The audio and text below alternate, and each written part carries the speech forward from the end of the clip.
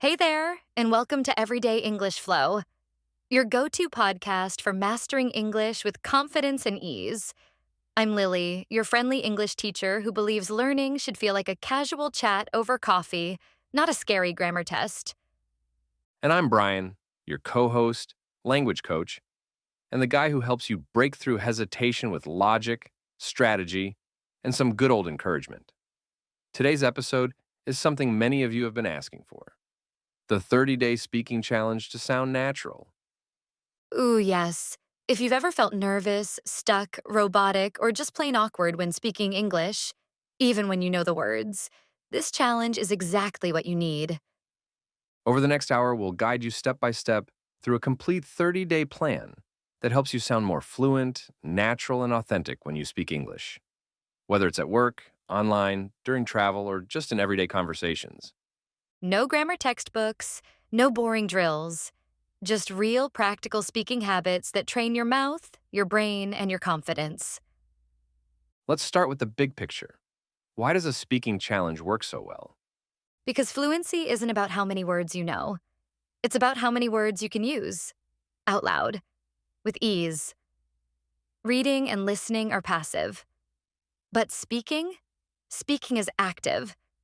You can't get fluent without using your voice. Also, 30 days is a perfect time frame. Long enough to form a habit, short enough to stay motivated. And the best part? You don't need fancy tools. Just your voice, 5 to 10 minutes a day, and the will to keep showing up. Think of it like going to the gym. The first week might feel weird, but by the third week, you're like, hey, I've got rhythm. That's the goal, building rhythm and confidence in your speech. Week 1 is all about warming up. Every day you'll speak out loud to yourself. No audience, no pressure. Talking to yourself is one of the most powerful ways to train your speaking flow. Here's how. Choose a simple topic: your morning routine, a recent movie, your goals, and speak for 3 to 5 minutes. Use a timer if you need to. No stopping, just keep going. And remember, it's not about being perfect. It's about getting comfortable with your own voice. The more you do this, the more natural it becomes. This week we add a mirror. Why? Because seeing yourself speak changes everything. It activates your body language, eye contact, and confidence.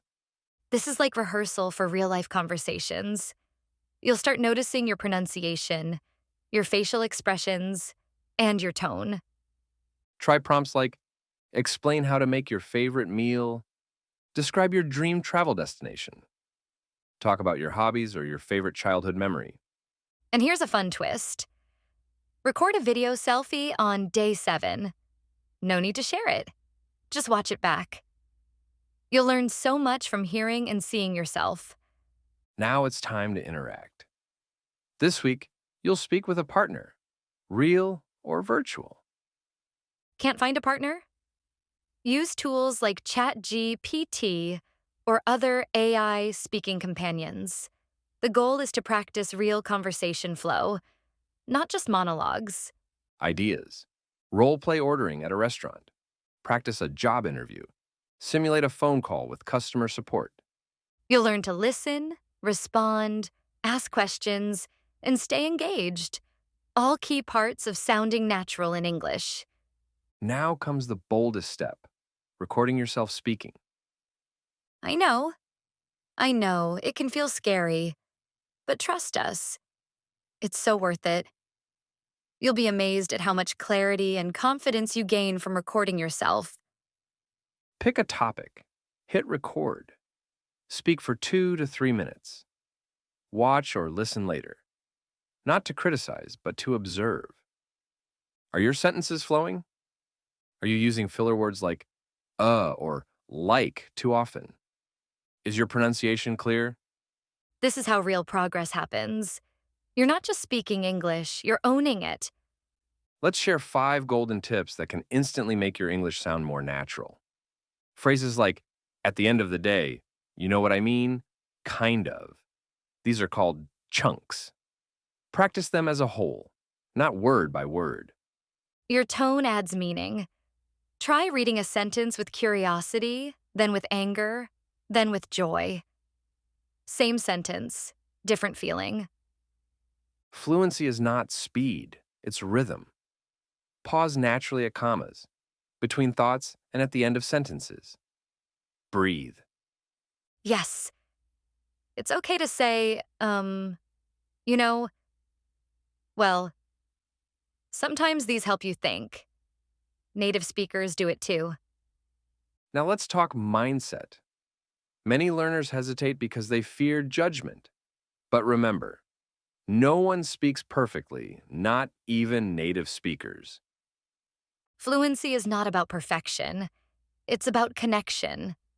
It's about being understood, expressing yourself, and enjoying the moment. This challenge isn't about becoming the next Shakespeare. It's about becoming you in English, real, honest, confident. And guess what? The more relaxed you are, the more natural you sound. So drop the fear. Pick up the mic or your toothbrush and start talking. So here's the plan: 30 days, 5 to 10 minutes daily.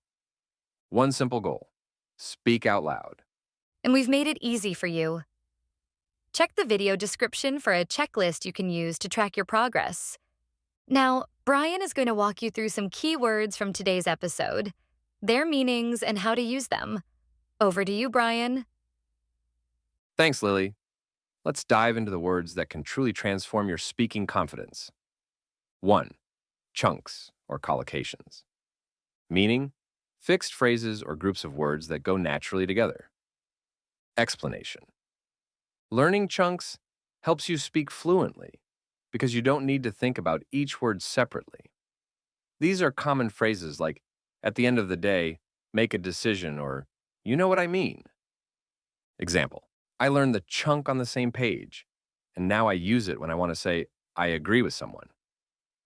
2. Confidence. Meaning, the feeling of self-assurance that helps you speak without fear. Explanation. Confidence grows with consistent practice.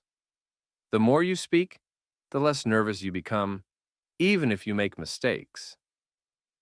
Example. At first I was shy, but after 2 weeks of speaking practice, I had the confidence to speak up in meetings. 3. Intonation. Meaning, the rise and fall of your voice when you speak. Explanation. Intonation shows emotions, meaning, and questions. It's important to avoid sounding flat or monotone when speaking. Example, I said really? With a rising intonation to show surprise. 4. Back and forth conversation. Meaning, a two-way exchange where people take turns speaking and responding. It's the natural rhythm of real conversation. Practicing this helps with listening, quick thinking, and sounding spontaneous. Example, I practiced a back and forth conversation about booking a hotel room, and it helped me during my vacation. 5. Contractions. Meaning, shortened forms of words, where letters are omitted, often used in natural speech. Native speakers often use contractions to sound casual and fluent. For example, I am becomes I'm, and they are becomes there. Example, instead of saying, she is going to the market, say, she's going to the market. That's more natural. And that's a wrap on our key vocabulary for today. I hope these words help you not just understand English, but live it more naturally every day. Beautifully done, Brian. Those words truly bring English to life. And to all our listeners, don't just learn these words, use them. That's how real growth happens. You can also share your progress with us in the comments. What are you struggling with? What's getting easier? Let's support each other. Because here at Everyday English Flow, we believe your voice matters, and the world deserves to hear it. Thanks for joining us. We'll be back next week with another episode.